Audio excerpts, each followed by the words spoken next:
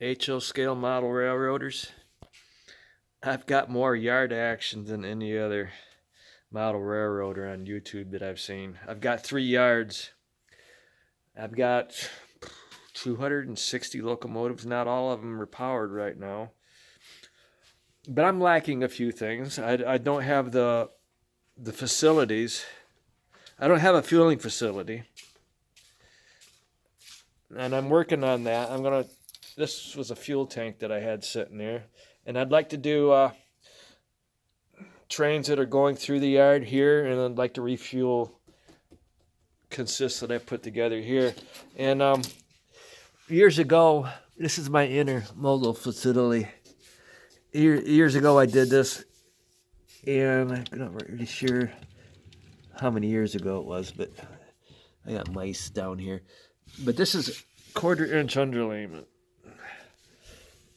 and it's painted gray that look like concrete. But anyway, this is regular Atlas Code 100 track, and I've glued down strips in between the rails. And then I put a groove in this piece here, cut out a corner, and it sits up over the ties.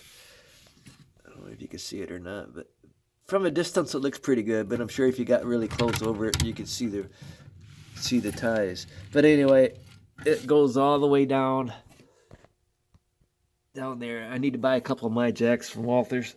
I haven't done that yet. But anyway, I was going to do the same thing up here, because I've already got ballast on this. And what I'll do is I'll just use some goop or something, Gorilla Glue, and I'll glue this down. And then I've got pieces here. If it doesn't fit, I've got more here. And I did this back when I did the intermodal yard. Apparently I put it on a table saw, and I cut a ply off a veneer. There's like this 3-ply, and I cut, believe it or not, I cut one off the best outer layer, and I painted it. So and then I did some UPS trailers too. I had some old BN trailers that just didn't fit the layout anymore. They're not exactly right, but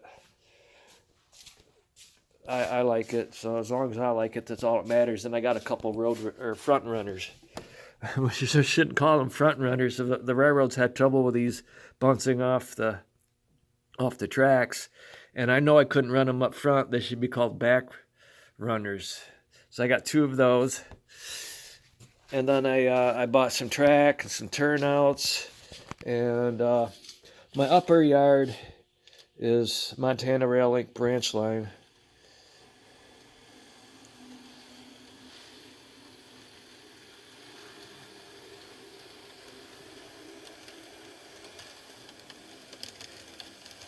And being that it's a branch line, it has a dead end. So I always had issues with, it's a 3-yard track. I could only fill 2 tracks with freight cars, because if I brought in a train, I wouldn't be able to get it out, because I didn't have this track here. I didn't have that track. So I put a track here, and if I do have a long train, the locos can sit here while the long train comes in, and then they could pull out freight, so I'd have another extra track. But basically what would happen, I'll show you the other end.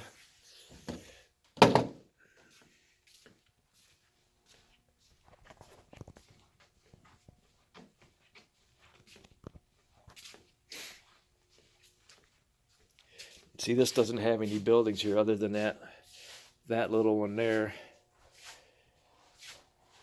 I've got too many locos, and I ended up doing another locomotive yard. So anyway, this is the end of that branch line. You know, and if I brought a train in here, that's the very end of the track here, and the locos come here, I wouldn't be able to park the locos over here, and I wouldn't be able to get them back out because they'd be all full of freight cars. So I solved that issue by putting that extra track down there. Let me show you this. I just did this a couple days ago. I would like to build a building here, like this building right here isn't done yet. This is 1/4 inch underlayment. This whole big building here, I got interested in doing custom locos, so I hadn't done anything with buildings or the layout. I'm not good at scenery, but if you sand it down, paint it, sand it, paint it, sand it, paint it, sand it, you can get rid of that wood grain. So here's another building that I built. This one right here is pieces of plastic left over from a kit with a 1/4 inch underlayment top. You can see the wood grain. It needs to be sanded and painted again. But anyway, this I had to work. I'll show you another yard I'm working on, another engine facility. This will hold a lot of locos, probably 20, 30. Like I said, if I build a building here, make it look like it's they're doing maintenance or inspections and stuff like that on them. And then this other,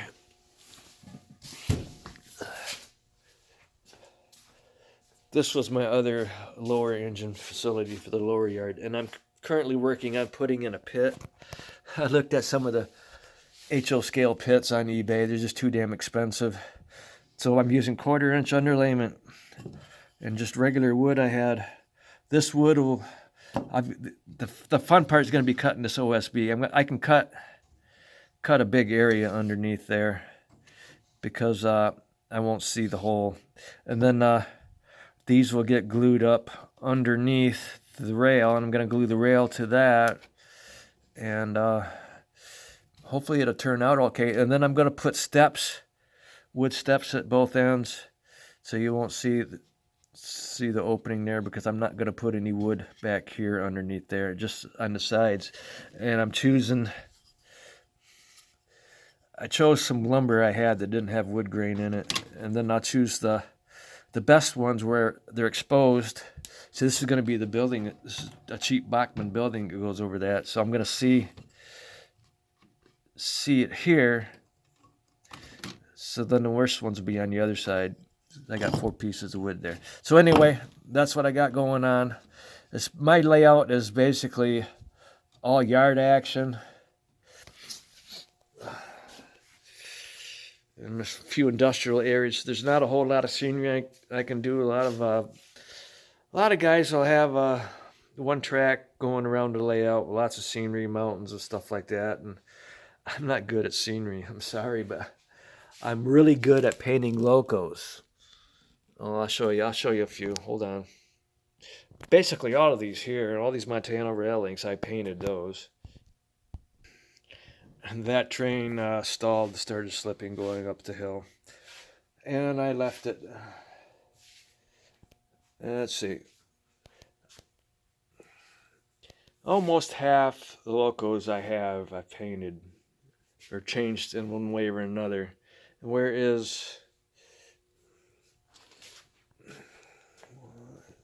I lose stuff down here all the time. I was looking for that B unit, BN. But anyway, here's this is the Kato SD485 I did. Made a B unit out of. Doesn't have a decoder yet. I'm getting ready to do an order on decoders here at the end of the year before going into winter. And that's when I painted. Let me find that other one. There it is. That was a Atlas B30-7 with a cab. I took the cab off and I custom made parts, turned it into a B30-7 AB or BA or whatever BN called it at the time. All right, so got a lot of locos and I've got a lot of facilities to handle them. I don't have everything done yet, so this is going to be fueling facility, and I'd like to have another building here. But believe me, I've got a lot of yard action. When I get trains going, I had a video where I got things way out of control, too much stuff moving at once. All right, thank you.